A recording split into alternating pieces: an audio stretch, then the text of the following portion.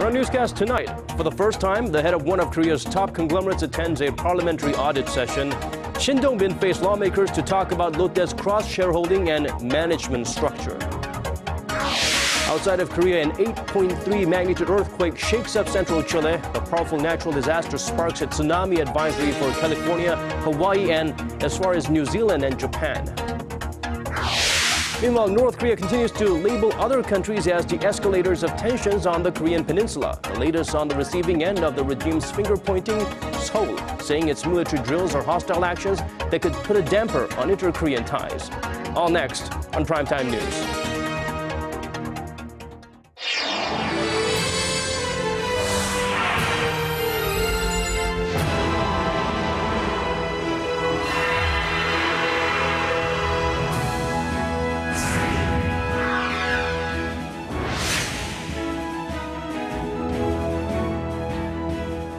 Hello and welcome to Primetime News on this Thursday, September 17th. I'm Daniel Choy. And I'm Hwang Ji-hye. Thanks for joining us. For the first time ever, an acting chief of one of the country's 10 largest conglomerates has testified at a parliamentary audit. The chairman of Korean retail giant Lotte Group answered questions about the company's complex cross-shareholding structure. Kim Ji-yeon starts us off. Shin Dong-bin has vowed an end to the fierce family feud over ownership of Korea's fifth largest conglomerate.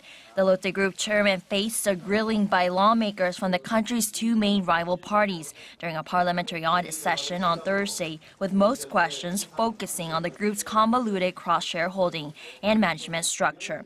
Lotte Group's lack of corporate transparency has been in the spotlight following the eruption of a bitter family feud between Shin and his elder brother Dong-ju over control of the company. You've promised to resolve 80% of the conglomerate's convoluted cross-shareholding structure by the end of this year. How will you keep this promise?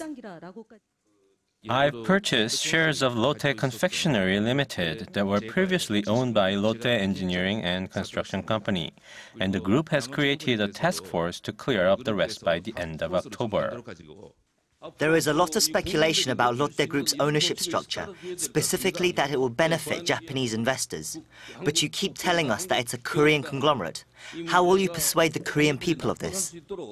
In Korean, Shin stressed that Lotte Group is firmly based in Korea, paying taxes and employing Korean nationals. When asked whether Lotte Group will be divided into two, with the one half run by his elder brother in Japan, Shin said that would be inappropriate, saying a united company will bring about a synergy effect and raise the company's share price.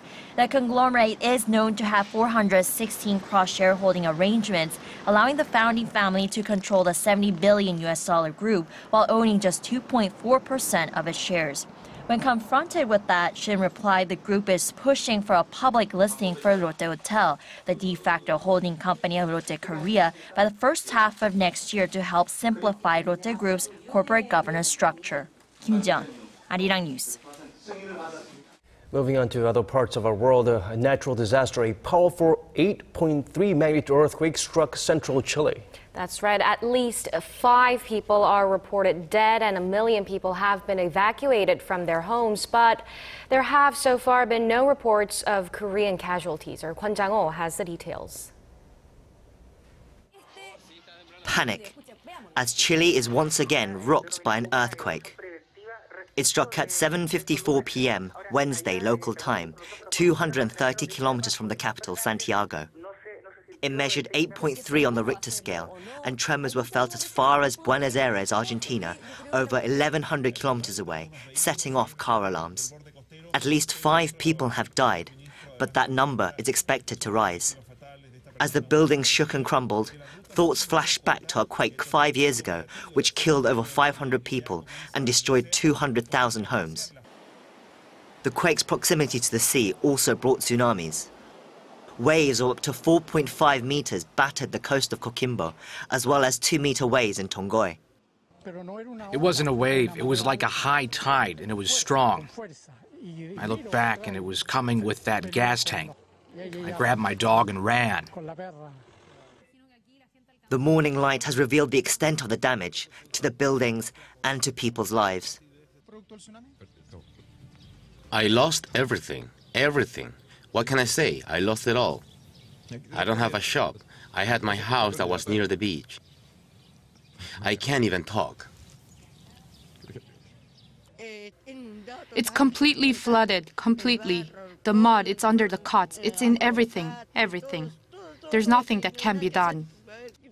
The tsunami alert has now been cancelled for all regions of Chile, but there are still warnings of strong waves for as far as Hawaii, New Zealand and Japan.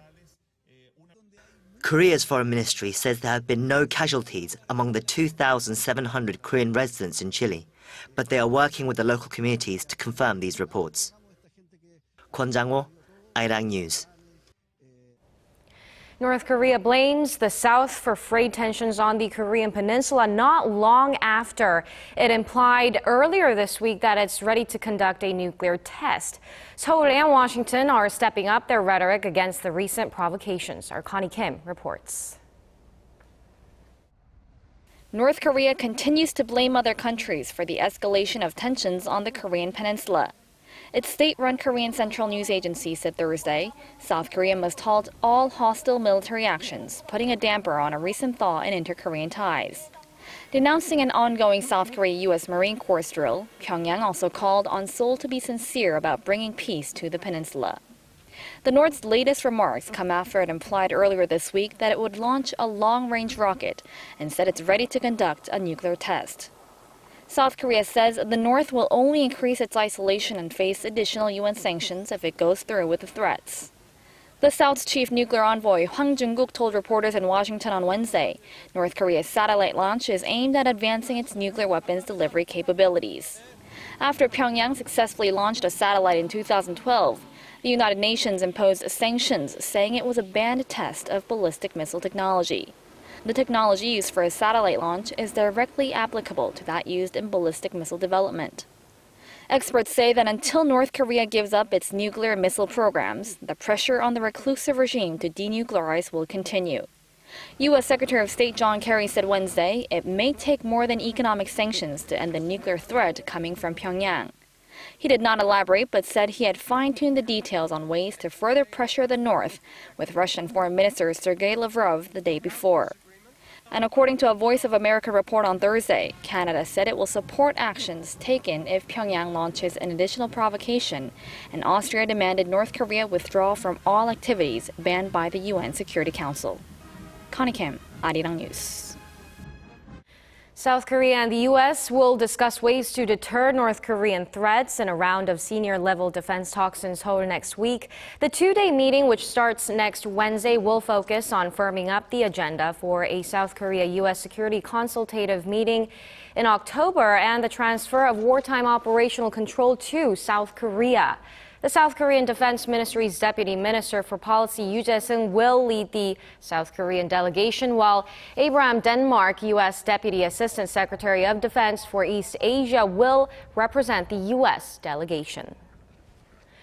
Now, China may have provided North Korea with 500,000 tons of crude oil this year, as it has been traditionally doing every year. This came on Thursday from Seoul's Unification Ministry that cited no big difference of vehicle circulation in the north and an increase of taxi companies. The ministry made clear, though, that Beijing did not release any official figures on crude shipments to Pyongyang. Some Chinese media have been criticizing Beijing for its generous aid to North Korea, despite continuous nuclear threats. There are ongoing efforts in and out of Korea to get Japan to acknowledge their wartime sex crimes and apologize to Korean victims. Unfortunately, we may be losing a race against time to get the 47 survivors what they deserve. Lee Ji-won brings us this report. The painful days of the past are still remembered vividly in their minds. I was only 14 years old when I was living in agony as a sex slave for the Japanese soldiers for 8 years. Despite the Japanese government's silence for the past 2 years, when the surviving Korean victims of Japan's wartime sex slavery last sued in 2013, efforts are still ongoing for them to get a proper recompense, including a formal apology. 10 Korean victims have filed for damages from the Japanese government on Thursday. Their lawyer says he plans to launch the lawsuit in the coming weeks, seeking around $85,000 in compensation for each victim. Meanwhile, the Korean ambassador to the United Nations is seeking ways to introduce Japan's wartime system of sexual slavery to the UN Commission on the Status of Women. Ambassador Oh Jun made the remarks during a parliamentary inspection session by Korea's Foreign Affairs and Unification Committee held in New York on Wednesday.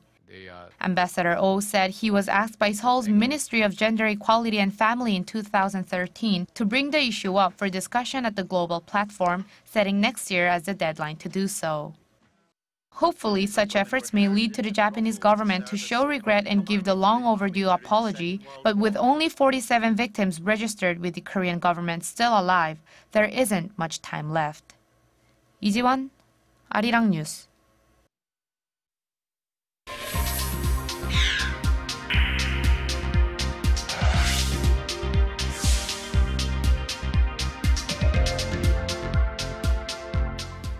Exorbitant housing prices have long been a chronic problem here in Korea, with half of the apartments in Seoul being leased at nearly $300,000 a month. But today, President Park Geun-hye attended a groundbreaking ceremony for a new housing project that could be the key to tackling the problem. Our Han Da-eun has more. President Park Geun-hye made a trip to the port city of Incheon on Thursday to mark the start of a new project that aims to provide more stable and affordable housing for members of the middle class. With skyrocketing rental and sale prices, it's becoming ever more difficult for these people to afford decent housing, especially in the Seoul metropolitan area. The new state corporate housing project, President Park says, could provide a fresh solution to the nation's chronic housing problem. 하지만 최근 초저금리 기조가 계속되면서 전세가 월세로 전환되고 세입자들의 부담이 늘어나는 등 임대차 시장의 구조적 변화가 일어나고 있습니다. 뉴스테이는 이러한 시장 변화에 대응해서 민간 기업이 양질의 임대주택을 공급하는 새로운 주거 모델입니다. Backed by a consortium consisting of Taerim Industry, Incheon Development and Tourism Corporation, and a few others, some 2,100 apartment units will be built in Incheon's Dohwa district by 2018. The selected tenants will be guaranteed an 8-year lease, with annual rent hikes capped at 5%.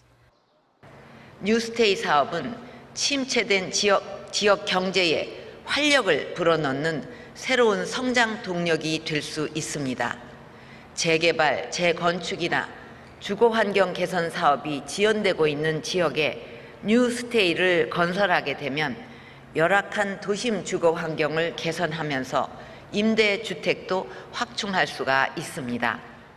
The government, in cooperation with participating companies, plans to provide 18,000 units nationwide this year and increase the number to 60,000 by 2017. Han Da-eun, Arirang News. With the ongoing uncertainty in the global economy, more and more foreign investors are pulling their money out of major emerging markets, with Korea seeing the biggest losses in recent weeks. But when you go down, the only other way to go is up. For more on this trend, here's our Kwon So-ah. The stock market volatility caused by the China risk, the possibility of a U.S. rate hike, and the weak global economy are threatening emerging countries, which have seen foreigners pull assets from their equity markets in recent weeks. According to the Korea Center for International Finance, Korea saw the biggest losses among major Asian emerging markets, with more than $5.2 billion pulled from its stock market in a span of 2 months. India saw a loss of almost $3.3 billion in the same period, followed by Thailand and Taiwan. In the past 4 weeks alone, the capital outflow in Korea amounted to almost $3.9 billion. Foreign investors in Korea continued their heavy selling streak for a 29th straight session on Korea's main benchmark Kospi from early August through Tuesday. It was the second longest one in history. The total market capitalization held by foreign shareholders also dropped to the lowest level so far this year, standing at a little under 31.9%, a 2 percentage point drop from the end of last year. However, with offshore investors back on a buying position to pick up local stocks, analysts say Korea will see a much faster influx of cash than others, as the country's economic fundamentals remain stronger than other developing countries, especially as Korea's credit rating was recently bumped up a notch by major global agencies. Kwon So-ah, Arirang News.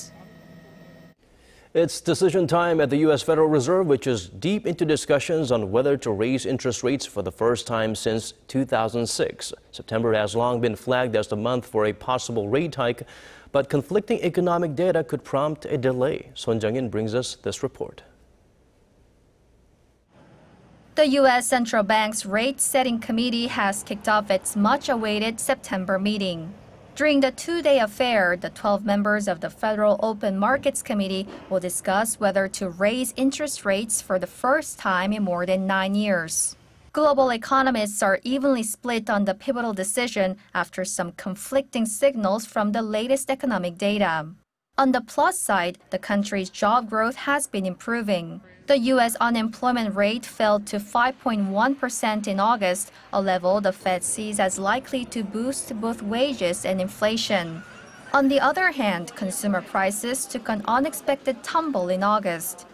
The U.S. Labor Department said Wednesday that its consumer price index, a key measure of inflation, slipped 0.1% from July after having risen in the previous 7 months.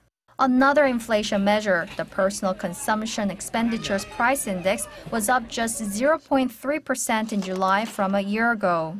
This is why some economists believe the Fed will hold off on a rate hike until later this year. Inflation target is around 2% over the next 2 or 3 years. That forecast is not there. There is no need to rush to do it. Korea is among the countries eagerly awaiting the outcome of the meeting. Local officials have projected that if Korea's lending interest rate increases 0.25 percentage points, assuming the Fed raises its rates, it would result in an annual loan interest income of $1.5 billion. The committee's decision will be announced on Friday at 3 a.m. Korea time. Fed Chair Janet Yellen is expected to hold a press conference shortly afterward to explain the reasons behind the move. Son Jung-in, Arirang News. Shifting here now, more and more of Korea's pop music, film, animation, and many other cultural content is loved and appreciated around the world. And at a weekly forum which opened today, industry leaders and experts have gathered to determine what's next for the Korean wave or Hallyu in the future. Our Oh Soo-young was there. With the popularity of Korean pop music, TV dramas, and even beauty products sweeping across the globe, the Hallyu or the Korean wave industry is growing by the year. To keep up the momentum, the Culture Ministry has launched a policy-making forum. By gathering the respective leaders, officials, and experts, we can discuss the future of Hallyu. This will be based on the convergence of various culture genres such as K-pop, TV dramas, or animations with ICT, producing a brand new cultural product. The weekly forum kicked off on Thursday with industry officials, leaders, and members of the public attending the inaugural ceremony. Members of Infinite, a popular K-pop boy band, were instated as the official endorsers of the organising committee. This was followed by special lectures on the importance of cultural convergence and how to spread it on an international scale. Among the guest speakers, Kim Sang-won, the CEO of Korea's biggest online portal, Naver, emphasised the need to develop more digital platforms where global fans of Korean culture or K-culture can create their own unique material. For the next 10 weeks, other leaders and experts in culture, sports, food and entertainment will also share their insights through lectures and discussions. Organisers of the forum hope the discussions will produce vibrant ideas and solid business strategies that can translate into effective policies, further fueling the Korean wave. Oh Soo-young, Arirang News.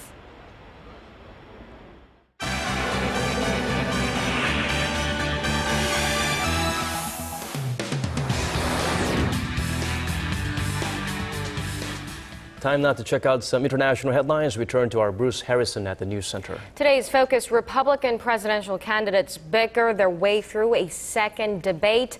Japan's upper house passes a bill to expand the role of its military, and the UN Secretary General calls for greater empathy for refugees following violent border clashes.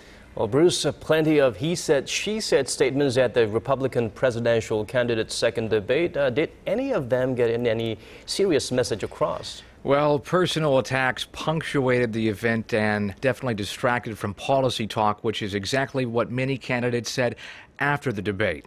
Real estate mogul and reality TV star Donald Trump again held center stage while he traded jabs with former Florida Governor Jeb Bush, former business executive Carly Fiorina, and other candidates. Fiorina attacked Trump for recently saying she may lose voters because of her face. Trump responded by calling her beautiful and later said it was not a chauvinistic comment. Oh, I don't know. Those are politically correct people, and I don't really go by that. That doesn't matter to me. I think one of the reasons I'm leading at every poll is because I'm not so politically correct. When the debate did shift to policy, candidates disagreed on whether the government should be shut down to cut funds for the women's health group Planned Parenthood. They also condemned President Barack Obama's nuclear deal with Iran. Japan's upper house has passed a bill to expand the role of the country's armed forces. Lawmakers opposed to the bill charged the chairman to try and block its passage.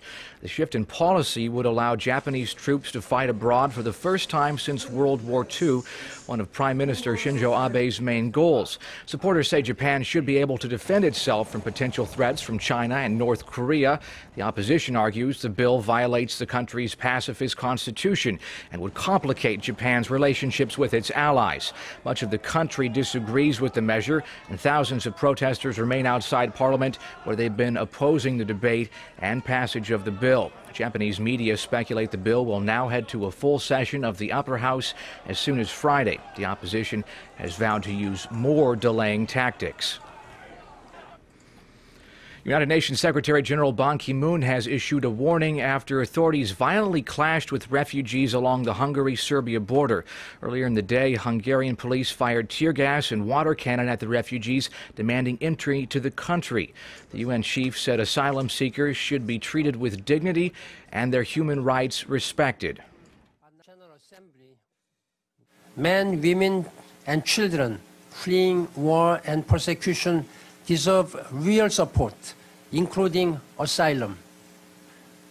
I ask those standing in the way of the rights of refugees to stand in their shoes. The largest flood of migrants into Western Europe since World War II has jeopardized the 20-year-old border-free travel zone in much of Europe. Earlier this week, European leaders failed to agree on a plan to place refugees among EU countries. And those are tonight's stories. See you tomorrow.